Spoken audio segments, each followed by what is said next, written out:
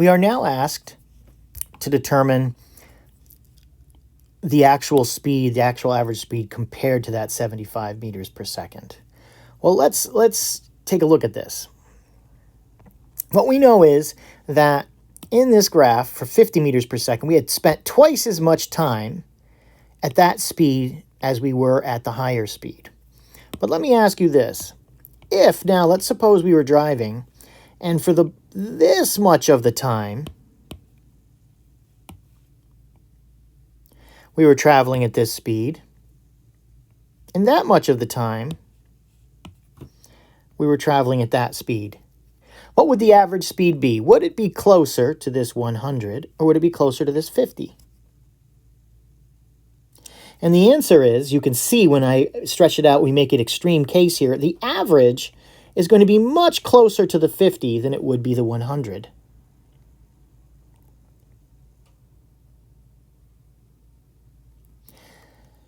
And as we make this 50 occupy a longer and longer portion of time, it gets more and more skewed toward being 50.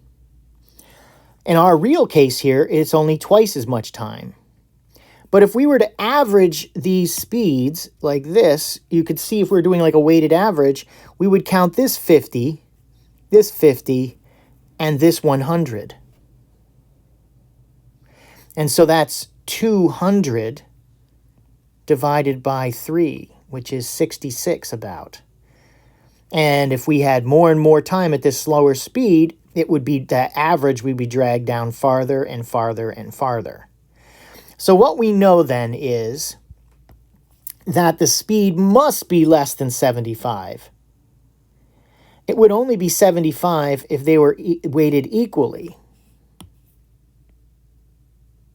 Then we might take the average of those two. And then you could also see we could create this straight line where the accelerations would be constant throughout. And then we could average the velocities.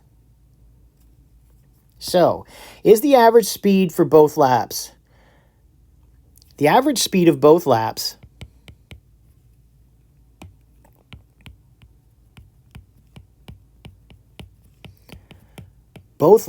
is less than 75 meters per second. Because the car spent twice as long at 50 meters per second. 50 is weighted more heavily in a weighted average.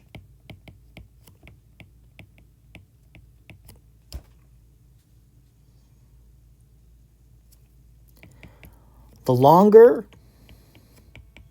the amount of time that's spent at 50 meters per second, the closer the average velocity will be to 50 meters per second. The longer that's spent at 100 meters per second, the closer it will be to 100 meters per second. Only if the car traveled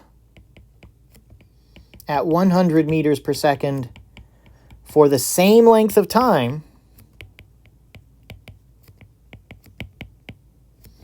would the average velocity be 75 meters per second. So they wanted a qualitative answer. They don't really want us doing calculations. We could do some calculations in the background to help us come to that answer, but we can't use it as our sole justification for it. Now we could show that. Now, just for an aside for us, is that if we had an average velocity, which was total distance over total time for the 50, and let's say that was 1 lap, d, and that was a time t. Now, for the average velocity of 100, for it to be the same time t, it would be 2d.